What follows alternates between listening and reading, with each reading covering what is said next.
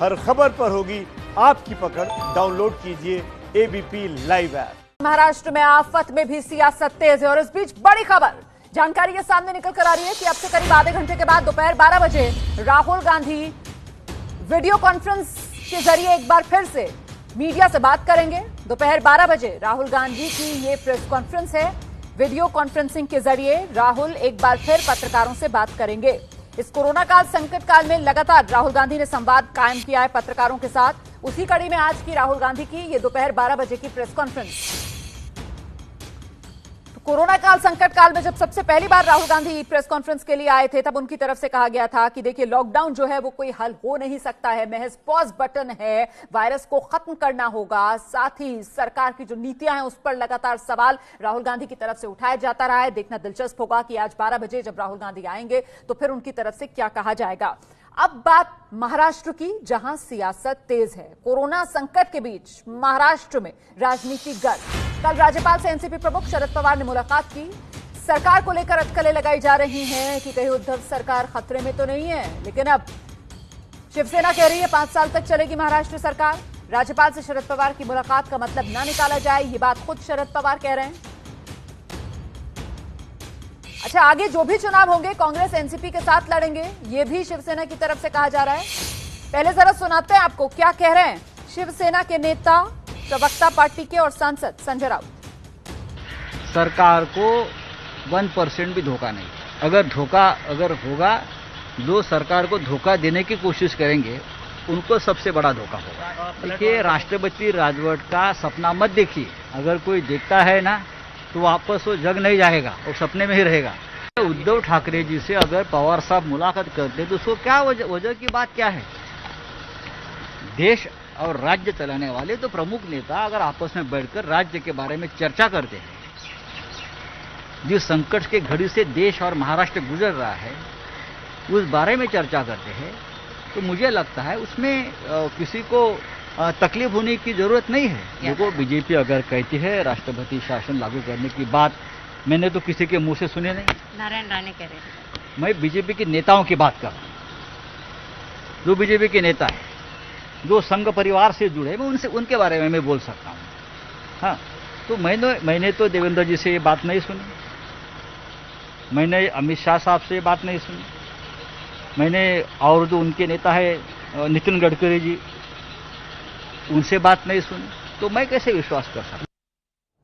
देखिए, कल रात से महाराष्ट्र में जो सियासी पारा है ना वो चढ़ना शुरू हो गया है। एबीपी न्यूज ने जब खबर दिखाई तो शरद पवार भी सफाई देने के लिए अब सामने आ गए, शिवसेना भी सामने आई। कल रात से ये उठक पटक सियासी तौर पर किस तरीके से ये टाइमलाइन आगे बढ़ी है, समझ लीजिए इस रिपोर्ट में। शहर को कोरोना से बचाने के लिए सेना के हवाले कर दिया जाए। मुंबई को कोरोना से बचाने के लिए महाराष्ट्र की सरकार हटाकर राष्ट्रपति शासन लगा दिया जाए। कारण हे सरकार उपाययोजना करू शकत नाही, प्राण वाचू शकत नाही, पूर्ण फेल्युअर सरकार आहे। यांची क्षमता नाही। या सरकारची कोरोनाशी सामना करायची क्षमता नसल्याने हे सरकारला आता नारळ द्यावा आणि राष्ट्रपती राजवट आणावी। महाराष्ट्र के राज्यपाल भगत सिंह कोश्यारी से मुलाकात के बाद राणे ने सेना बुलाने की बात भी कही है। आणि म्हणून माननीय राज्यपालांनी या सरकारचा विचार करावा आणि परिस्थिती आरोग्याच्या दृष्टीने, रुग्णांना सेवा देऊन त्यांचे प्राण वाचवण्याच्या दृष्टीने उपाययोजना करावी, तसं एक सूचना केली। महानगरपालिका आणि राज्य शासनाची हॉस्पिटल आहे ती लष्कराच्या ताब्यात द्यावी। हालात बहुत खराब है, लेकिन क्या राष्ट्रपति शासन और सेना लगाने से कोरोना पर कंट्रोल हो सकता है? क्योंकि मुंबई जैसे और उससे खराब हालात दुनिया के कई शहरों में हैं, लेकिन वहां ना तो राष्ट्रपति शासन जैसी कोई व्यवस्था आई, ना ही सेना लगाई गई। तो फिर महाराष्ट्र में राजनेताओं ने ये मांग क्यों उठाई? शिवसेना ने इस पर अभी प्रतिक्रिया नहीं दी, लेकिन कांग्रेस ने जरूर पलटवार कर दिया है। वो बर्दाश्त नहीं कर पा रहे कि सत्ता से बाहर क्यों हैं और दूसरे लोग सत्ता में क्यों बैठे हैं, इसलिए उन्हें प्रेसिडेंट रूल महाराष्ट्र के अंदर चाहिए। ये एक मजाक है लोकतंत्र के साथ और उनकी बात पे कोई तवज्जो देने वाला नहीं है। मुंबई में कोरोना का कहर हर दिन बढ़ रहा है, लेकिन अभी भी नेता कभी अस्पताल और कभी प्रवासियों की घर वापसी को लेकर लड़े जा रहे हैं। संकट का वक्त है, इसलिए जनता को बचाने के लिए राजनीति नहीं, रक्षा नीति चाहिए। अच्छा देखिए, अब से कुछ ही देर पहले एबीपी न्यूज के सहयोगी चैनल एबीपी माझा से एनसीपी प्रमुख शरद पवार ने जो बात की है उसमें वो कह रहे हैं कि उद्धव सरकार को कोई खतरा नहीं, कांग्रेस एनसीपी सरकार के साथ है, सरकार को लेकर जो अटकलें लगाई जा रही हैं वो बिल्कुल बेबुनियाद है। ये बड़ी बातें जो शरद पवार ने कही हैं। आगे वो ये कह रहे हैं कि मेरे राज्यपाल से मिलने को लेकर राजनीति नहीं होनी चाहिए, वो सिर्फ एक शिष्टाचार भेंट थी। अच्छा, उद्धव ठाकरे से जो मुलाकात की है उस पर वो कह रहे हैं कि मालेगांव में कोरोना के हालात को लेकर चर्चा की, हमने कोरोना को लेकर बातचीत की, उद्धव ठाकरे से मुलाकात को सरकार पर खतरा इससे जोड़कर नहीं देखा जाना चाहिए। इसी पर चर्चा करने के लिए मेरे साथ मेरे सहयोगी जितेंद्र दीक्षित मौजूद हैं और साथ ही वरिष्ठ पत्रकार अशोक वानखेड़े मौजूद हैं। अशोक जी, ये महाराष्ट्र में पॉलिटिकल ड्रामा पार्ट 2 तो नहीं शुरू होने जा रहा है?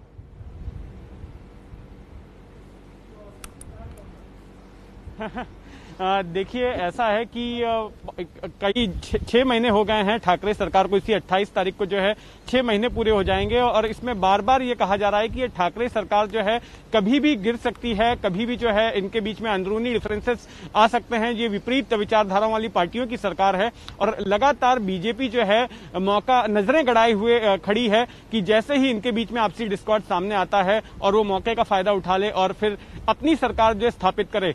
मैं आपको बता दूं कि पिछले हफ्ते भर से अगर बीजेपी के तेवरों पर गौर करेंगी तो ये पाएंगे कि हफ्ते भर से बीजेपी काफी आक्रामक हो गई है ठाकरे सरकार के खिलाफ। इसके पहले तक कड़े बयान जो है सरकार के खिलाफ नहीं आ रहे थे और बीजेपी बच रही थी कि उस पर आरोप लगे कि इस तरह से कोरोना काल के दौरान भी जो है वो राजनीति कर रही है। लेकिन पिछले हफ्ते ही ये फैसला हुआ है और अब तय हुआ है कि ठाकरे सरकार को बड़ी ही आक्रामक तरीके से टारगेट करना है। महाराष्ट्र बचाओ आंदोलन का ऐलान कर दिया गया, जिसमें देवेंद्र फडणवीस खुद जो है उसमें शरीक हुए। उसके बाद में अब नारायण राणे जिस तरह से राज्यपाल से मिलने के बाद में राष्ट्रपति शासन लगाने की बात करते हैं, किरीट सोमैया लगातार जो है अस्पतालों की अव्यवस्था को लेकर वीडियोज जारी कर रहे हैं। कुल मिलाकर ये जताने की कोशिश है कि ये सरकार कोरोना की महामारी से निपटने में नाकामयाब साबित हुई है और हालात ऐसे बन गए हैं कि ठाकरे सरकार उस पर काबू नहीं पा रही है। तो इस स्थिति में जब इस तरह की मुलाकातों का दौर जो है राज्यपाल से पिछले 3-4 दिनों से चल रहा है।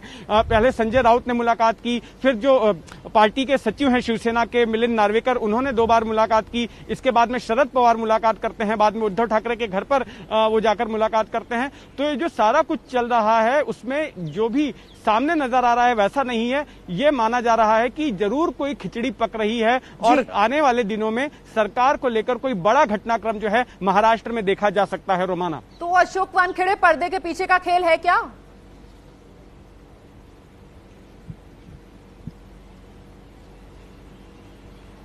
मेरी आवाज मिल रही है क्या अशोक वानखेड़े जी आपको? मुझे लगता है अशोक वानखेड़े जी आवाज मिल रही है सर। हेलो, आ रही सर, पर्दे के पीछे का खेल है क्या, जरा बताइए ना। क्या समथिंग इज रॉन्ग? आवाज क्यों नहीं आ रही है? आवाज नहीं आ रही है। आवाज नहीं आ रही है, कुछ दिक्कत आ रही है। मुझे लगता है एक बार फिर से जितेंद्र का रुख ही हमें करना पड़ेगा। तो जितेंद्र दीक्षित, पर्दे के पीछे खेल तो चल रहा है फिर?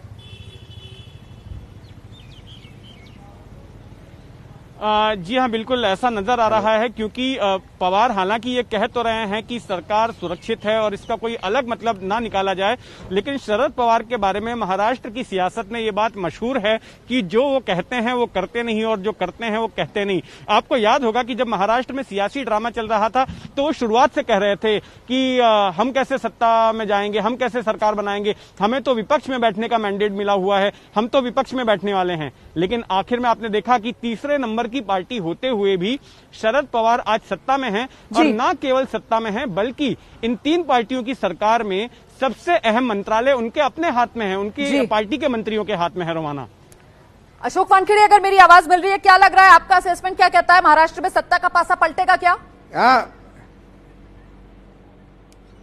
नहीं, अभी तो इमीडिएटली तो मुझे नहीं लगता। कोरोना संकट में ये सरकार बनी रहेगी, लेकिन जितेंद्र दीक्षित जो कह रहे हैं मैं बिल्कुल उससे सहमत हूं, क्योंकि शरद पवार जो बोलते हैं वो हमेशा उसके विपरीत करते हैं। यदि उन्होंने कहा कि ये सरकार टिकी रहेगी, सरकार को कोई धोखा नहीं, तो मुझे आने वाले समय में धोखा दिखाई देता है।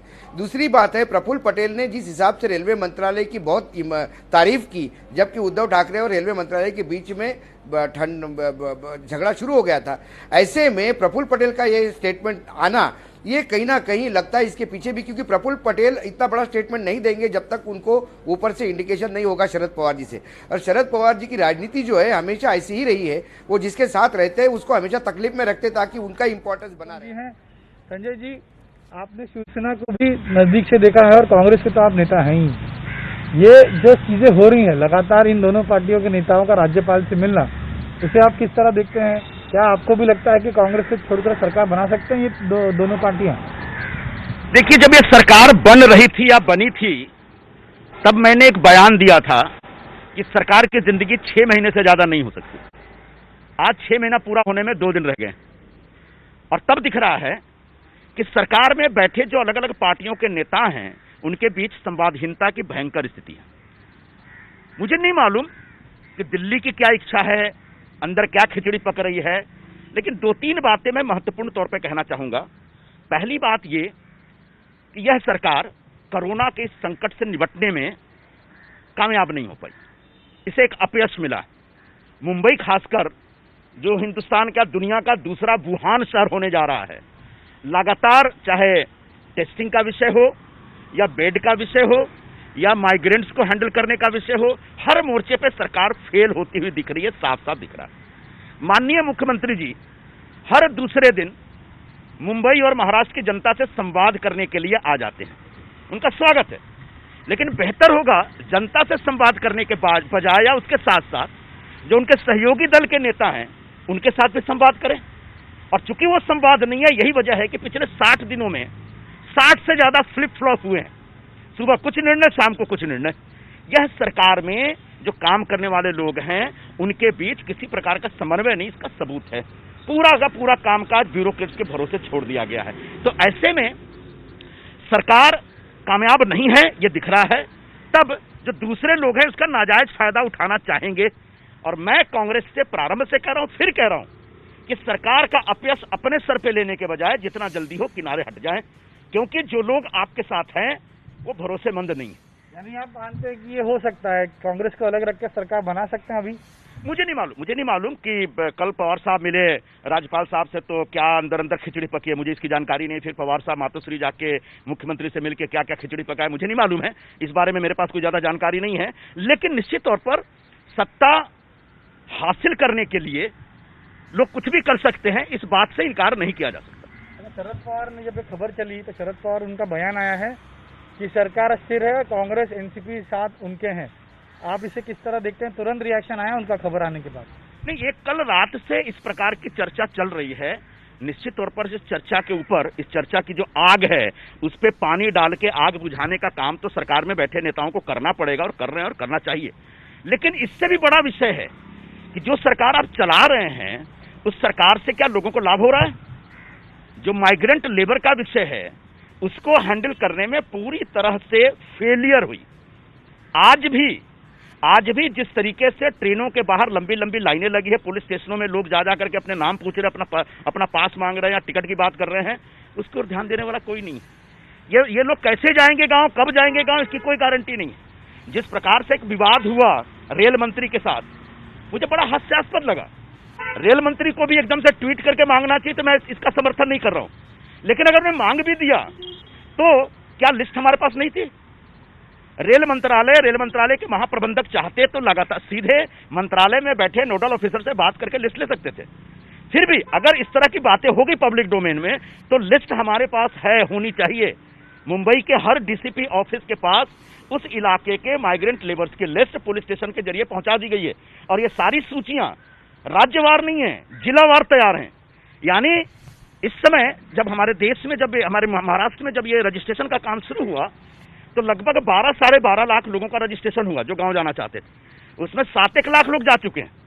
अभी 5 लाख में से 3 साढ़े 3 लाख लोग मुंबई से जाने वाले, उसकी पूरी लिस्ट रेडी है। अगर पूरी लिस्ट रेडी और रेल मंत्रालय जो प्रारंभ में आपको ट्रेन नहीं दे रही थी, जिसके खिलाफ मैं खुद बोल रहा था, सरकार बोल रही थी ट्रेन दीजिए ट्रेन दीजिए ट्रेन दीजिए, और फाइनली जब ट्रेन मिल रही है तो जितना जल्दी हो लिस्ट देख के इन गरीब जो बेचारे नागरिक हैं इनको जितना जल्दी अपने गांव जाने का इंतजाम कर दीजिए। लेकिन ऐसा लगता है दिल्ली और मुंबई के बीच एक भयंकर ईगो टसल चल रहा है, एक टकराव चल रहा है, और इस टकराव का नुकसान, इसका खामियाजा सामान्य नागरिक भोग रहे हैं। तो देखिए, कांग्रेस नेता संजय निरुपम को आप सुन रहे थे। अच्छा, नहीं भूलना चाहिए संजय निरुपम जो तो जब से ये सरकार बनी है तब से ही ये कहते रहे हैं कि साहब ये सरकार ज्यादा दिन चलेगी नहीं। ऐसे में अब कोरोना काल, संकट काल में जो सियासी उथल पुथल देखने के लिए मिल रहा है महाराष्ट्र पर, उस पर संजय निरुपम का ये बयान, अशोक वानखेड़े जी किस तरीके से देखा समझा जाए? देखिए रोमाना जी, एक बात बड़ी क्लियर है कि संजय निरुपम मीडिया में आ सकते हैं, लेकिन संजय निरुपम हो, अशोक चौहान हो या मिलिंद हो, इनका कोई दिल्ली के सत्ता केंद्र में वो वजूद नहीं है जो पहले हुआ करता था। आज थोरात साहब का वजूद है। दिल्ली कांग्रेस, यदि दिल्ली का हाईकमान है कांग्रेस का, वो सुनेगा तो थोरात की सुनेगा। यहां तो पृथ्वीराज चौहान को अपॉइंटमेंट नहीं मिलता, संजय निरुपम तो धक्के खा के चले जाते हैं वापस। तो ये कांग्रेस के वो नेता है जिनको केंद्रीय नेतृत्व ने हाशिए पे रख दिया है। ऐसे में सिवाय मीडिया के सिवाय इनके पास और कोई जगह नहीं बोलने की, और ये पहले से बोलते आ रहे हैं। प्रश्न ये है कि सरकार को यदि आप मात्र कोरोना की वजह से आप राष्ट्रपति शासन लागू करते हैं और सरकार को डिसमिस करते हैं, तो फिर वैसा ही केस आपको गुजरात में भी करना पड़ेगा। केंद्र सरकार को यह भी देखना है कि केंद्र जहां पे बीजेपी की सरकार है वहां भी स्थिति क्या है। आज गुजरात में मैं पहले भी कह चुका हूं, वही समन्वय की स्थिति है जहां रेलवे और गुजरात सरकार के बीच में समन्वय नहीं है, लाठीचार्ज हुआ है। दूसरी बात है वहां पे भी लेबर का प्रॉब्लम है। तीसरी बात है वहां भी हॉस्पिटल को लेकर सर्वोच्च, मैंने उच्च न्यायालय की कुल मिलाकर इस समय बड़ी बात यह कि कोरोना काल, संकट काल में जिस तरीके की मुश्किलें महाराष्ट्र में नजर आ रही हैं, भाई उसी तरीके की मुश्किलें तो देश के दूसरे राज्यों में भी देखने के लिए मिल रही हैं। गुजरात उससे अछूता थोड़ी है, दिल्ली उससे अछूता थोड़ी है। उसी तरीके की बदइंतजामी अलग अलग राज्यों में देखने के लिए मिल रही है।